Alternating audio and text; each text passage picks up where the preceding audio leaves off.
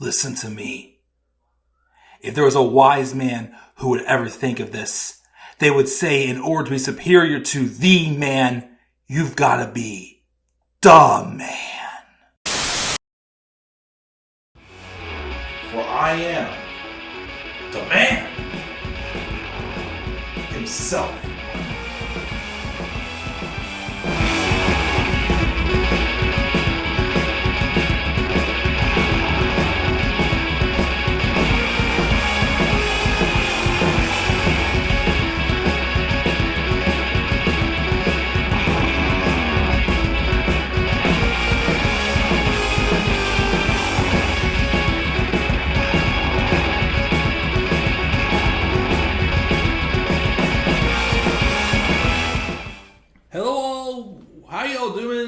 What is going on? We're back here again on this Sunday evening, catching up. This is the Club of the Man 1993, and this is my review of this past week's episode of Friday Night SmackDown. The December 8th, 2023 edition took place in Providence, Rhode Island, which first off is always an excellent crowd ever since that segment with Daniel Bryan when he turned on Bray Wyatt, rest in peace Wyndham, inside of that steel cage that night when after their tornado tag match against the Usos. I've always thought Providence was always a loud crowd. Small state, but a heck of a loud crowd for sure. It's always come back to. This was also a special edition, as this was also tribute to the troops as well. It's been a while since I've seen a tribute to the troops. I guess the first year they really did on a SmackDown. I guess that's how they're doing it now. I don't know. They used to do it just its own separate recording. I don't know, but they did it here in Providence. And I guess the name of the venue was American Mutual Pavilion, and the Amica Mutual Pavilion. I guess so. The troops are actually there. So yeah. So usually, like these True to the Troop shows, they're basically like another house show. Of course, this one, though, had some character development, some development storylines. I don't know. There was a couple things I liked. Well, really one thing I really liked, obviously, was the best in the world, CM Punk, showed up on the show, cutting an excellent, excellent promo. Definitely the promo I think we were kind of hoping to get on Raw the other week. But, of course, as he said, he got the 9 o'clock slot. So he got more time, and they can't cut him off. I liked how he mentioned that. And he kind of fired his first shot at AEW, which was, reasonable, but solid, okay, fine. He's still kind of taking it lightly, but he is showing that softer side of Phillip Brooks, basically. Which I will also address something also I want to share that I saw that he did at NXT Deadline last night, which I thought indeed was pretty cool, especially for a young upcoming star as well. Because other than that, everything else I would say was in the solid level. I still am very into the stuff going on with Bayley and Damage Control seemingly trying to distance themselves from each other, but she's still there. That turn is coming. When it happens, I don't know. I really thought they were gonna beat Bayley and beat down Bayley, write her off till Rumble, have her return unless they're waiting till close to the Rumble to do the turn. I don't know, but we'll see, of course, where that goes. Everything else, the matches in this U.S. title tournament, were a little odd. And I'll explain why, of course, when we get to them. And then the main event was fine as well. It was simple storytelling, so I still kind of give Raw a little bit of the rub, but, I didn't hate it. It just wasn't as, other than, the Punk promo, it wasn't as, there was some development, but it still felt like a little bit like a glorified house show. But still a good show. So I'll, of course, get to my grade, of course, at the end. But, of course, we will roll in and talk about this show. As I still am working on the shorts for the 25 Days of Christmas and 25 Days of Promos with the Club of the Man 1993 as well, on top of this. Anyways, the show opened up, of course, with a musical act and the War and Treaty performing God Bless America. JBL was once again in commentary for the night. I'm not a big fan of him. Alongside with Michael Cole and Kevin Patrick. We had the first match of this U.S. title tournament, number one contenders tournament, and it's Dragon Lee and Santos Escobar. Once again, like a match that was very similar to what happened at Survivor Series. Like, I get they kind of used this to help promote Dragon Lee's match with Dom for NXT Deadline, which happened last night, and spoiler alert, Dragon Lee did win the title. But I just still don't quite get, like, why are they holding back with them this much? Like, the match was decent. Santos won. Dominik, though kind of caused a little bit of a distraction, pop up on the apron, and then the kick in the corner.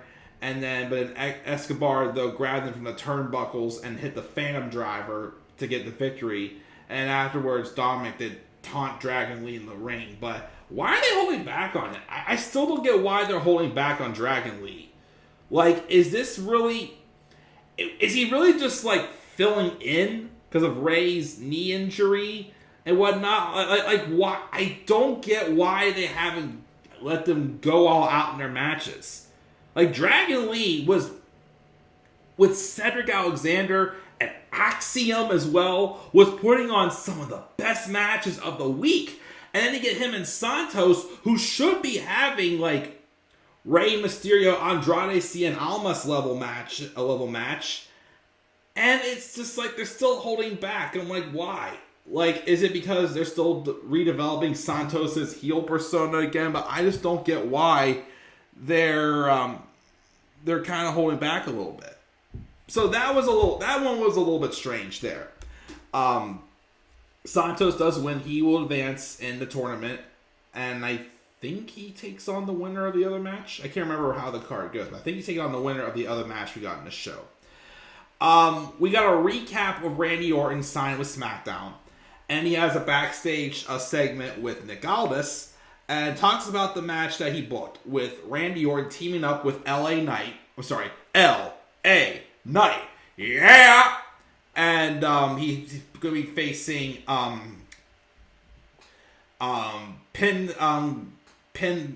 pin-seeking, Jimmy Uso and Sol Sikoa, of course, from the Bloodline. And Orton, though, isn't really a big fan of this match, and Nick explains that L.A. Knight made the save, and then Randy's like, I don't really know this guy, and I don't know if I can trust him. And, of course, which he shouldn't, because also he's going after the same people that he wants his hands on. But Nick Aldis reassures him that all he needs to know is they both want to beat up the Bloodline. He also points out the check that Randy gave him for the fine for RKOing him last week, and it's written out for $100,000. So it's supposed to be $50,000. And Orton goes, yeah, but that's for the next time as well. Basically saying, like, I don't care, we'll do it again. You can have more of the money you want. Man, I wouldn't get fined for $50,000. I'd be broke. But, anyways, we didn't have Cody Rhodes making an appearance. Thought maybe because I didn't see SmackDown live on Friday. I was getting ready for my Christmas party, and also I had to run out to the store because the Santa suit that we got was not completely what we were looking for, so I had to get a couple of new pieces. But I didn't get to watch it live. But I had seen something on Twitter with CM Punk and Cody Rhodes, kind of like running into each other. And then I saw that, maybe I thought maybe that's part of like this negotiation. CM Punk can go to Raw, but then in return Cody Rhodes goes to SmackDown or something. I don't know. Even though Punk's a free agent, that wouldn't make sense, I guess. But I thought maybe that's why Cody Rhodes showed up. But he basically showed up just to just to, thank all the troops for being there.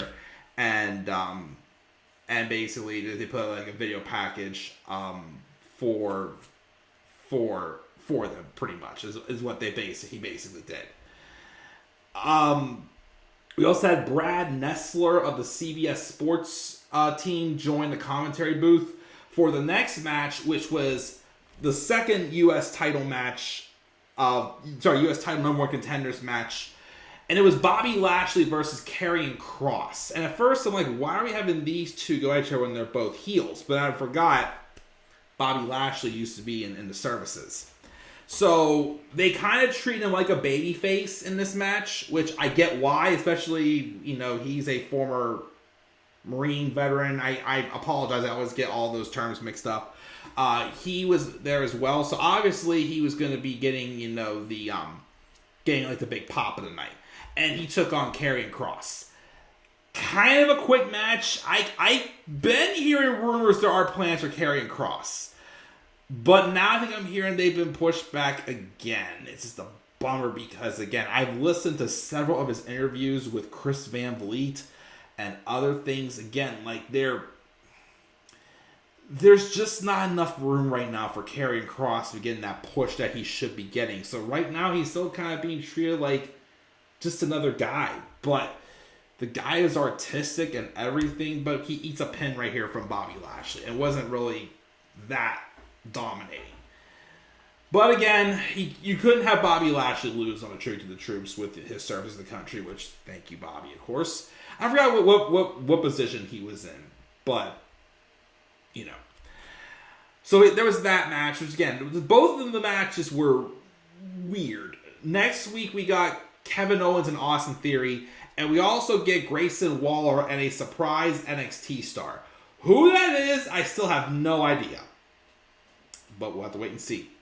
I'm still saying either Carmelo Hayes or Braun Breaker. Because I really don't see any other guy who's in NXT right now who's catching my eye and really right. Well, there is Ilya Dragunov, but he is the champ.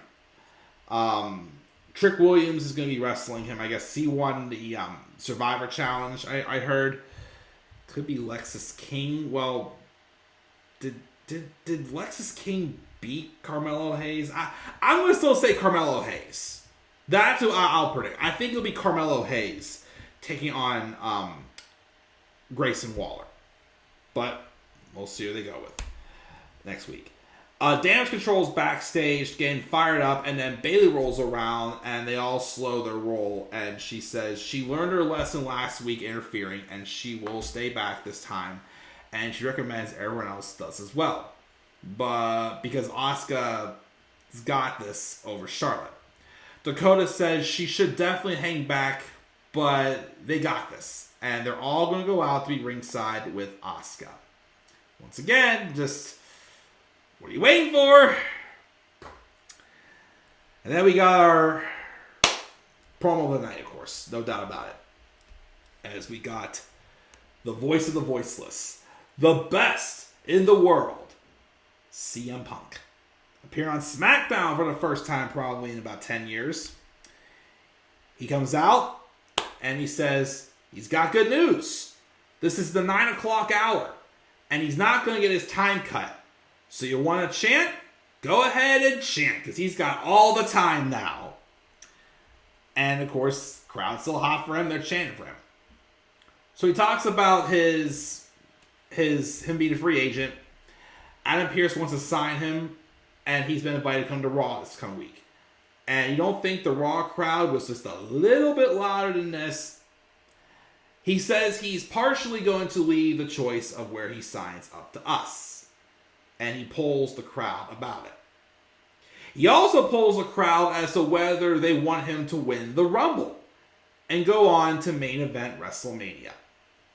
And they're fired up about that as well.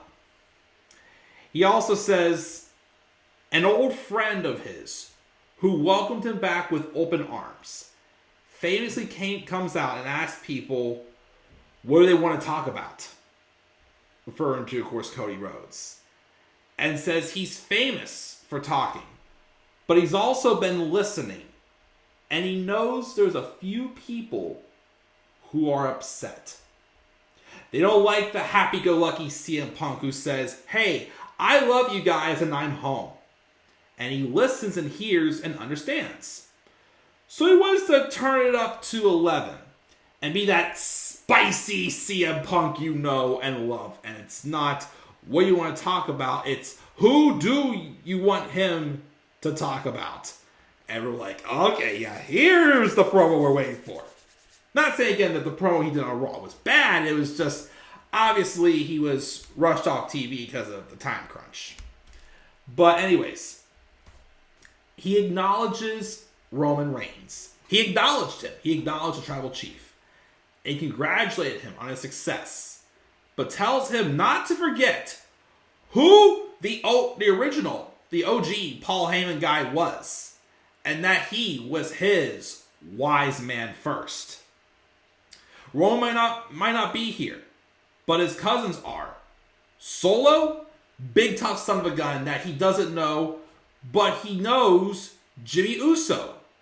And also shout out to Jey Uso, who's doing great things on Monday Night Raw. These are things he wrestles with. And Jimmy, holy gosh, he's got a lot of cousins. Endless Samoans, right? And in his scraps with them, he's going to need backup. He can trust Randy Orton, who he has history with. Are they going to get along or not? One guy he's pretty positive wouldn't tag with him is Randy's partner, L.A. Knight. Yeah, basically he said, which that's a promo war I gotta see. I gotta see those two go out on the microphone. Who else? And then someone in the crowd said Kevin Owens. And I'm like, ooh, CM Punk and Kevin Owens. And he says, Kevin Owens, that'd be interesting. Can he tag with him? Or maybe he'll fight him. But pump the brakes on that first, because he's prickly and they're probably too much alike. This was probably my favorite part of this promo. Because he said, and he doesn't know who would feel comfortable working with someone who just punches people in the face backstage. It's 2023, people. You can't be doing that. It's insane. And he was like laughing about that. First thing, like, oh yeah, because Kevin Owens really said he wants to punch people backstage because he likes to punch Austin Theory and Grayson Waller once back. Then I'm thinking, oh, wait a minute, that's right, AEW. And I described them. I'm like, there's the shot fired, but he kept it cool. Like, he didn't specifically say one specific person, but obviously, he fired the shot. And I thought that if there was like a cool way to do it without like, well, then again, some people may have probably got pissed about that, but I'm like, that's fine the way he did it right there. But then he said, everybody's happy to see CM Punk. Even JBL points him out at commentary. Except for that one guy. He won't put any stock in anything he has to say. And it's not because of his whiny voice. But he's not even the man in his own household. Bird! Just saying, though, that will be coming up in one of my shorts for my 25 Days of Christmas segments. That is actually scheduled to premiere. Which day will that one be revealed? It's my number 10 pick, which I'm not going to say what it is. But someone fired a shot about that. Number 10 is going to be December 16th. So next Saturday, you will hear that one. And the crowd starts singing Seth Rollins' theme song. And CM Punk tells them the song is all he has. Keep it up. So, oh yes. You can't tell me he's not going to pick Raw. I mean, again, yes, I get he'd be ridiculous not to be the one to take out the big dog, but I really think truly the beef is Punk and Rollins. Like, again, especially since he said that stuff about him on WWE Backstage, which Punk wasn't lying again. At the time, Seth Rollins was running his mouth on Twitter and putting his own foot in his mouth. He had the right to say that. I'm sorry, I'm just saying. But anyways, we're having fun. And he's glad to be on this journey with us. And we're going to find out exactly where he signs this coming Monday on Raw. He's going to listen to Nick Aldis. He has a phone call scheduled with the Heartbreak Kid, Shawn Michaels, about NXT. We'll talk about that in a second. And then he's going to hear Adam Pearce out on Raw. Almost 10 years to the day. In the same town he walked out in. He mentioned that because Monday Night Raw tomorrow is going to be in Cleveland. And he brought up the fact that that's where he walked out. And there he will decide which route he goes. Which brand he will sign with. Raw. And he says CM Punk is back. He's the monkey wrench in their future plans and future goals. Want to talk about finishing your story? He's here to finish what he started and put pen. He's here to finish what he started and put pen to paper on Monday night and finish his story, which means one thing: main eventing WrestleMania. The one thing that he has not yet, that he didn't get to do his first time around. The one thing he wanted. The one thing he felt and still believes he's worthy of. This was the promo I was hoping to get on Raw. And again, I understand he couldn't give it to us what he got, but I felt what he gave us on Raw last week was, a good start. This, though, he got spicy. Again, that calm but good shot he fired at AEW, I thought was priceless. He's going to Raw. Yes, does he give me that inkling he could go to SmackDown? He could go to NXT and work with the younger talent. I just don't think he's too big for NXT. NXT, again, just has some names, but not many. I still think he's got to go to Raw, because the money feud for him right now is definitely Seth Rollins. Roman Reigns is Cody's story. So, yeah. And then also, what I also wanted to talk about. So, ever since Punk came back to WWE, and I'm sure it was shown way before Punk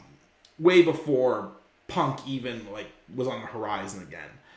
But we all know NXT superstar Cora Jade, who's one of the few NXT superstars right now that I definitely have an interest in. I do want to see her up on the main roster, but I guess they do want to give her a title shot.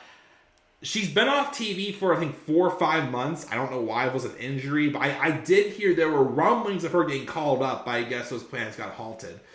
I guess they're going to give her a run with the women's title first. Maybe. I don't know. I still think her and her boyfriend, Braun Breaker, especially Braun, needs to be up on the main roster. I don't get why they're taking their time with him. I really don't. He's a heel, yes, but he's not always in the main spotlight from what I see. But, anyways, Cora Jade made her return at NXT Deadline. After Lyra Valkyria came out to basically stare down Blair Davenport, who won the Women's Survivor Challenge, Cora Jade came out of nowhere, though, and attacked Lyra Valkyria and held up the title. And she was having her little, backstage where she's talking about her return and this, and that. But, anyways, the video that was posted, of course, and then we've even seen years before, was when Cora Jade was young. She was a big CM Punk fan. Cora Jade's only 23 now. Let me double check. Hey Siri.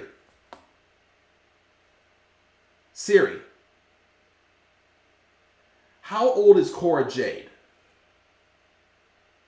Cora Jade is 22 years old. Oh, she's 22. I thought she turned 23. Oh, anyways, she's only 22 years old. So she's very, very young. And she was a freaking teenager when I first started watching wrestling. But there was a video of when she met CM Punk. And CM Punk is basically her hero. And AJ Lee, his wife, of course. But that's been shown again recently on social media. When she was very young and how emotional she got when she met CM Punk. And again, Phil was a reasonable guy. He's just a human being. He's, being nice, but he's also saying, why are you crying? There's no need to cry. It's all good. Well, anyways, Punk went to NXT Deadline, had a promo with Shawn Michaels. Again, teasing the idea he may go to NXT, which I watched the promo. It's believable that you could believe he may go, but I still think he's going to Raw.